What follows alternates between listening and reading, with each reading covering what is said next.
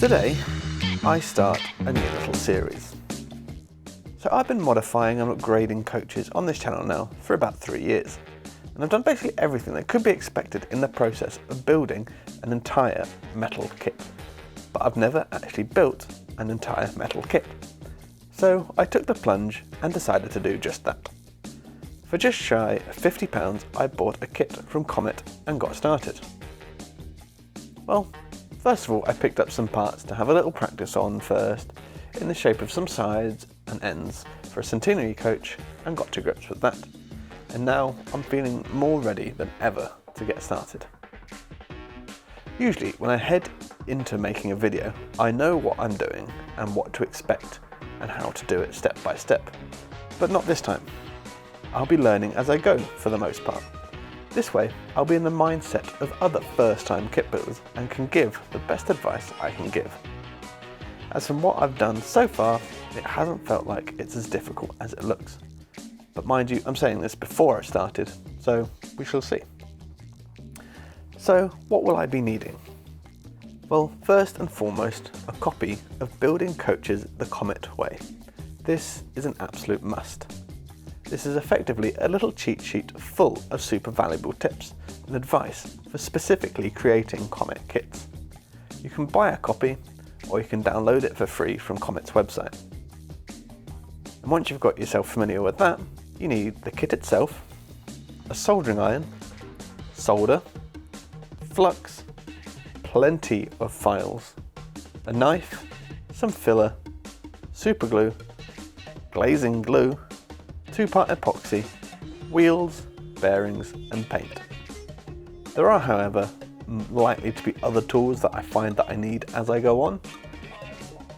So just keep an eye out for those, but these are the ones I can categorically say that we will be using. Maybe not in this video, but definitely in some of the future ones. As I mentioned earlier, this is a new little series. In this video, I hope to get the entirety of the main body shell done. And with the next video being the bogies and the underframe, and the one after that being the interior and painting and any of the final little details. Potentially, I might even have to make this into 4 videos, who knows, we'll see how we get on. So, let's jump in. Where I started was with the sides. I cleaned up all the edges and removed the blanking plates at the end. Slightly preemptively, as the next step would have made it easier and is as suggested. If I were to be making this as built, I'd remove the window frames as these are a slightly later addition. However, I'm creating this to go with a miniature version of the Great Western Society's vintage train from the 1980s, which is post 1935, therefore it had the extra window frames. Next is the gutters down the entire length of the vehicle. These could benefit from a proper brass etch bending tool.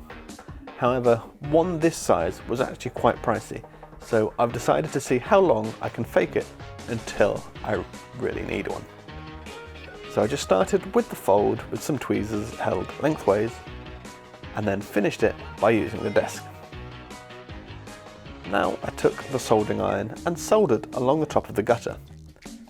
This also sounds a bit more formidable than it actually is, as once you get going, you just pull the soldering iron along the edge and it all just flows and creates a good seal. It was a little concerning the first time I did this, as the strip bowed quite a little bit and pulled away. However, once you get the solder in, by some kind of magic, it all pulls it back in, which is incredibly satisfying to watch. However, I was a little bit messy, so I needed to clean it up a bit. But next you have to file off the little brass tabs anyway that held the bit that you just bent over on to the fret. So you file that away and you make a flat edge. So any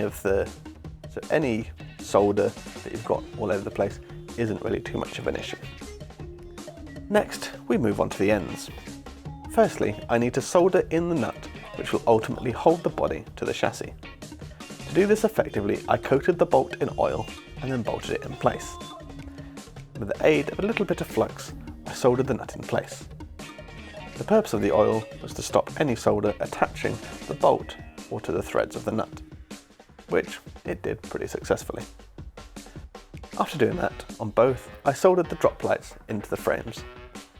I put one in the open position just to add a little bit of variety, but being wary not to do it too often, as it's unlikely that the entire train will have lots of them open. Once they were all in place, I cut the ends out of the fret and cleaned up the edges. I then folded these up and ensured the floor was at 90 degrees to the end by using a steel rule. The sides were folded into place and held with some tape and all soldered together, with the solder put into the folded joins too to add some extra strength. There was then a false roof to add to the end section to again add some rigidity to the end. This was soldered in place from underneath and then the top was filed flat. It's very important to do this from underneath as it could hamper how the roof will attach later on. I then repeated this whole process for the other end and then we're ready to move on. Once both of them had been made up, it was time to attach the sides to the ends. I tried doing this freely, which sort of worked, but the instructions said to try and use the underframes to assist. And what can I say, that definitely helped. So I bolted the ends to the underframe and then using some tweezers held sideways, I bent the section that goes between the door and the sides to approximately the right angle. This is a little bit of trial and error to get right, but being careful not to bend it too much, otherwise you could break it off. Once in the right place, I soldered it. And I repeated this for the other end and side. None of my joins were 100% perfect, so a little bit of filing to get a smooth transition was required. The gutter over the door needs to be soldered in place, but be very careful to not get too much solder above the door. As I previously mentioned, when fitting the roof, if there's too much solder or anything on the top, it will really cause you a headache. The last step before turning to the roof is the stretchers. These form some strengthening along the body and also hold it all to the right width. These are a simple case of soldering them in place. It's suggested to try and do them over windows, which I thought was somewhat counterintuitive as you might be able to see them, but I went with it as I'm new to it all. Who am I to question it anyway? Now, the roof. Now, I use the end castings to assist me in getting the length right, simply measuring and cutting, and then measuring again and cutting it again. Measure twice, cut twice. Am I right? Once it was the right length, I then had to file some indents where the coach ends and the stretchers were. This was simply a case of filing the ridge back. I think you might now be able to see how having solder on top of the coach ends could cause an issue. If over the coach ends there is too much solder, however, either from attaching the false roof or soldering the gutters in place, you won't be able to get the roof to fit properly and there'll be a ridge between the end casting and the roof. This took me a while to get correct, but I got there in the end, with plenty of filing on both the roof and also on the door sections themselves, just to make sure they were completely flat. It does now say to glue the roof in place. However, I'm going to fit the roof details first and then glue it in place, as I feel this might be easier and less likely to damage the rest of the coach, but who knows, it could go awfully, so I'll let you make your own decision here. I used the template in the instructions and marked out where the roof vents, water tank filler and handrails needed to go. This was simply a case of drilling the holes and then super gluing them all in place. Once the roof in essence was complete, I glued it and the coach end pieces in place using 2-part epoxy. I'd recommend using this stuff in a well ventilated area, not just because it's probably bad for you, but mostly because it smells like my dog's farts, and they are dreadful. Once in place, I held the roof there with some clamps and the ends with a large elastic band.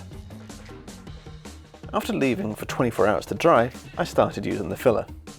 I filled around where the roof meets the coach ends, where the coach ends meets the door recess, and where the door recess meets the body.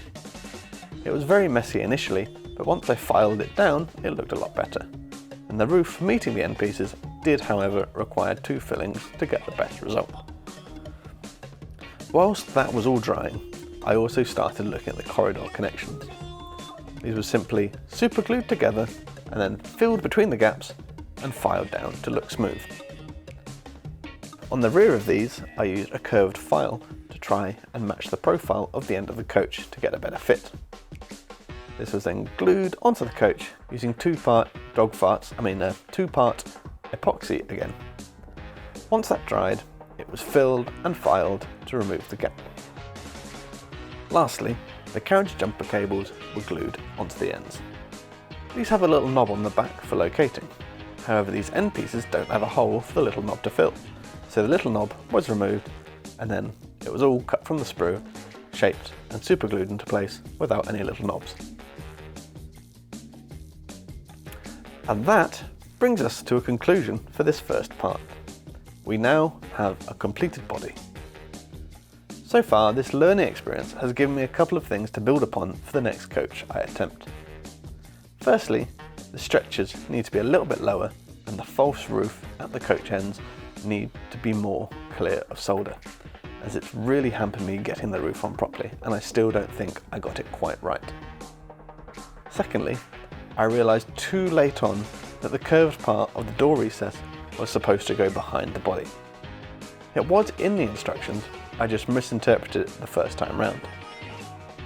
Never mind, mistakes happen, and as long as I learn from them, it's not really a problem. So then, next time, I'll be turning to the underframes and the bogies. I may even throw in some history for the fun of it. Who knows? Check in on the next in the series to find out what I do. Thanks for watching if you got this far. Click like and subscribe as it'll let me know people are interested in this type of content.